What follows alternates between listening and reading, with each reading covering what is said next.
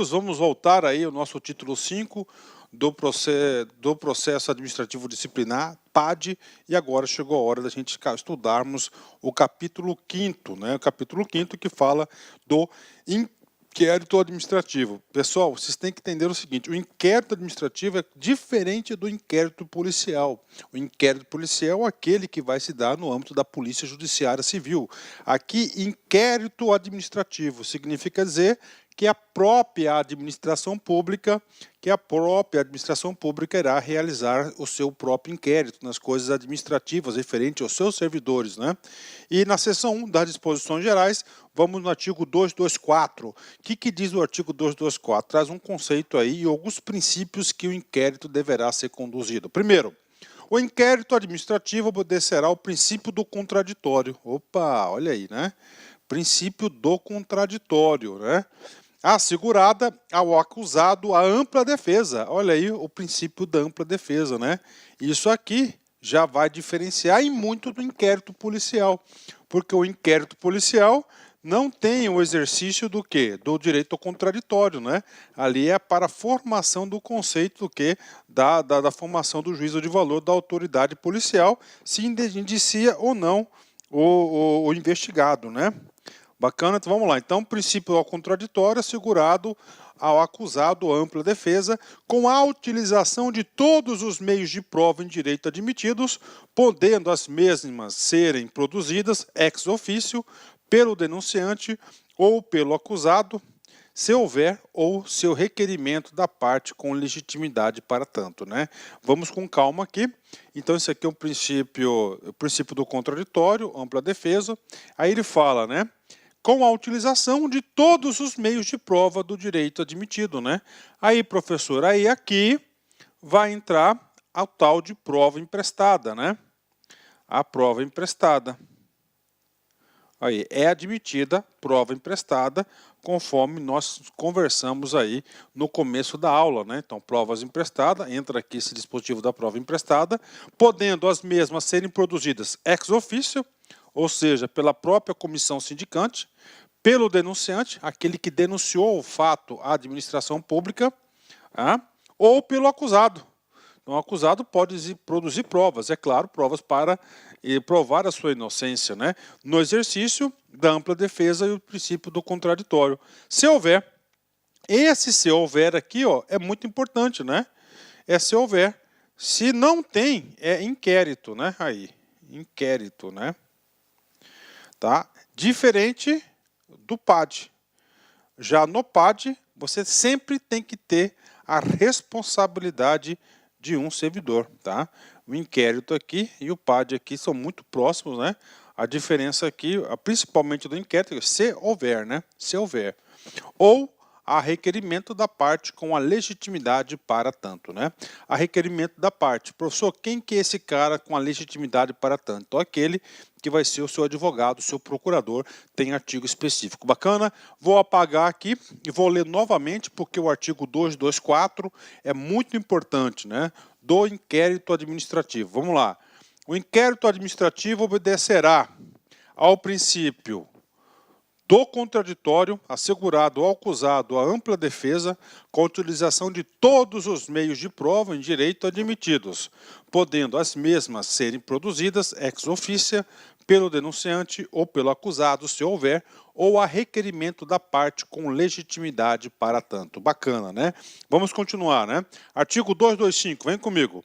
Quando o inquérito administrativo for precedido de sindicância, o relatório desta integrará a instrução do processo como peça informativa. Professor, qual que é essa sindicância aqui? Essa sindicância aqui é a sindicância administrativa, né, que eu expliquei lá atrás para você no começo da aula, né? O que acontece? O escopo de atuação da sindicância são para aquelas penalidades menos graves, né? Médias e baixo potencial ofensivo. A partir do momento que a sindicância identifica, opa, isso aqui é um caso gravíssimo. Então, a apuração desses fatos aqui não é de competência do quê? Da sindicância. Então, o que acontece? Vai cair aqui no 225. Quando o inquérito administrativo for precedido de sindicância, ou seja, a sindicância inicial ela é incompetente para tanto. O relatório da sindicância, né, integrará a instrução do processo como peça informativa. Parágrafo único.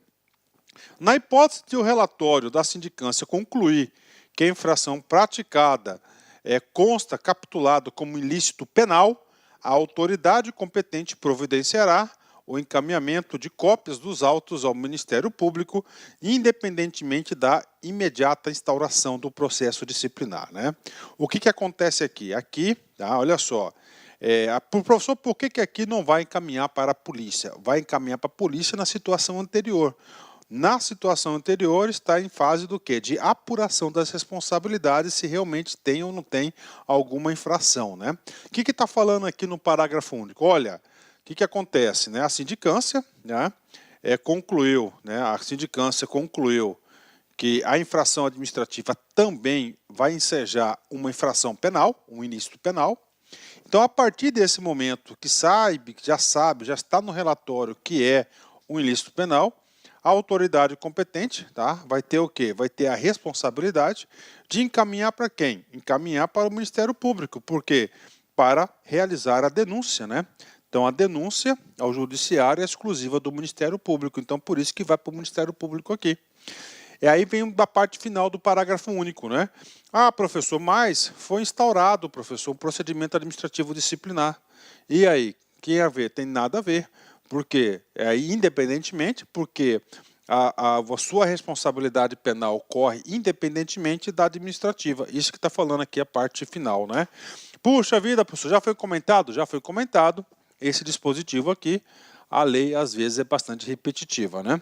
Artigo 226. Na fase de inquérito, a comissão promoverá a tomada de depoimentos e acariações, investigações de diligências cabíveis, objetivando a coleta de provas, recorrendo, quando necessário, a técnicos e peritos, de modo a permitir a completa elucidação dos fatos, né? Professor, qual que é o trabalho aqui do 226? O trabalho 226 é possibilitar dar ferramentas para que a comissão aí investigante, né, a comissão processante do PAD, né, eles têm o quê? Meios para poder atuar, para chegar às suas conclusões. Então, está concedendo à comissão o poder de quê? Tomar depoimentos, muito importante, fazer acariações. O que é acariações? Uma testemunha está em contradição com a outra, coloca as duas para ver quem que está certo e quem está errado. Ela pode realizar investigações, diligências cabíveis, que como assim, ir lá até o local do fato, por exemplo, tirar fotos, objetivando a coleta de provas. Por que a coleta de provas? Porque todo o seu relatório final vai ser baseado nas provas, recorrendo, quando necessário, a técnicos e peritos, ou seja, pode solicitar ainda peritos, né, trabalhos específicos de peritos, de modo a permitir a completa elucidação dos fatos, né. Parágrafo 1º, vem comigo. A designação dos peritos deverá obedecer ao critério da capacidade técnica especializada, observadas as provas de habilitação estabelecidas em lei, e só poderá recair em pessoas estranhas ao serviço público estadual, na falta de servidor aptos a prestarem assessoramento técnico, né?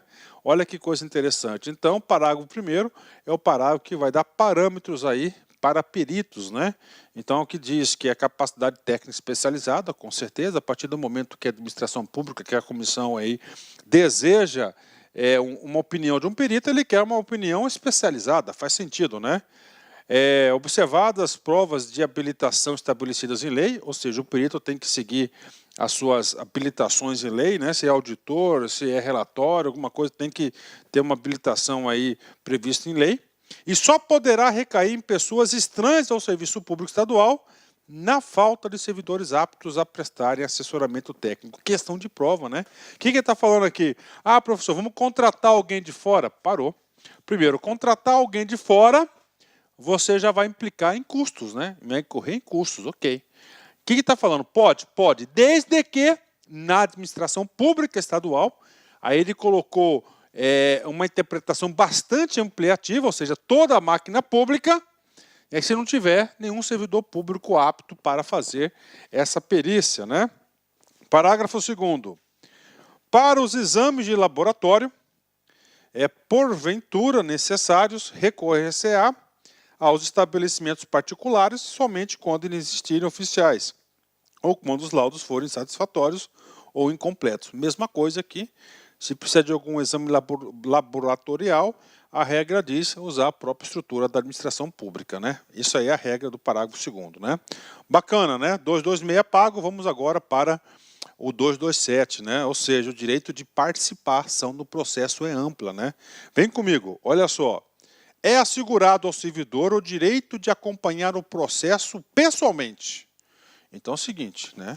Quem que pode acompanhar o processo? Primeiro, o próprio servidor, pessoalmente, todas as fases do processo, ou por intermédio de procurador habilitado. Pergunto para vocês, quem que é esse procurador habilitado? 90% dos casos é o nosso querido advogado. Aí. Ok, né? Tanto o servidor quanto o seu advogado pode, arrolar testemunhas, reinquirir. Professor, o que se reinquirir?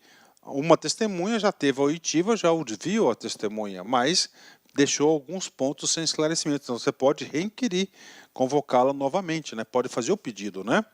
Produzir provas. Olha, o próprio servidor pode produzir provas, assim como o seu advogado, né? Contraprovas, né? O cara lá, a comissão apresenta uma prova e você faz uma contraprova, né? Formular quesitos, né? Ou seja, o exercício aqui da ampla defesa, né? Quando se tratar de provas periciais. Então aqui é o poder de atuação do servidor amplo juntamente com o seu procurador aí habilitado, que é o advogado. O parágrafo 1º, vem comigo aqui, olha que coisa interessante, né? Só será admitida a intervenção de procurador. Professor, quem que é procurador aqui? É o cara do parágrafo do caput, é o procurador, é o famoso advogado, olha aí, ó. Tá? Então só, o parágrafo 1º está trazendo requisitos para a atuação do advogado no processo. Então, de novo, só será admitida a intervenção de procurador no processo disciplinar, está bem claro, no processo disciplinar, após a apresentação do respectivo mandato. Professor, qual que é esse mandato aqui? É a procuração específica, aí, ó. É uma procuração específica, aí. Então, o servidor público vai ter que, assinar uma procuração específica, nomeando o seu advogado como procurador habilitado no processo, revestido das formalidades, ou seja, de acordo com o processo do Código do Processo Civil. Bacana? Então, esse aí é o parágrafo 1º, fala do procurador específico, que é o advogado. Parágrafo 2º. O presidente da comissão poderá denegar pedidos. Olha aí. Professor, então todos os pedidos a comissão vai ter que atender? Não. O parágrafo 2º vai trazer as hipóteses na qual poderá ser negado o pedido. Quem nega o pedido é o presidente. Quando pode ser negado pedidos? Claro, os considerados impertinentes. Como assim, professor? Impertinentes. Olha, esse pedido da vossa senhoria não tem nada a ver com o processo. Ele é impertinente, então eu vou indeferir, tá certo, esse seu pedido, né?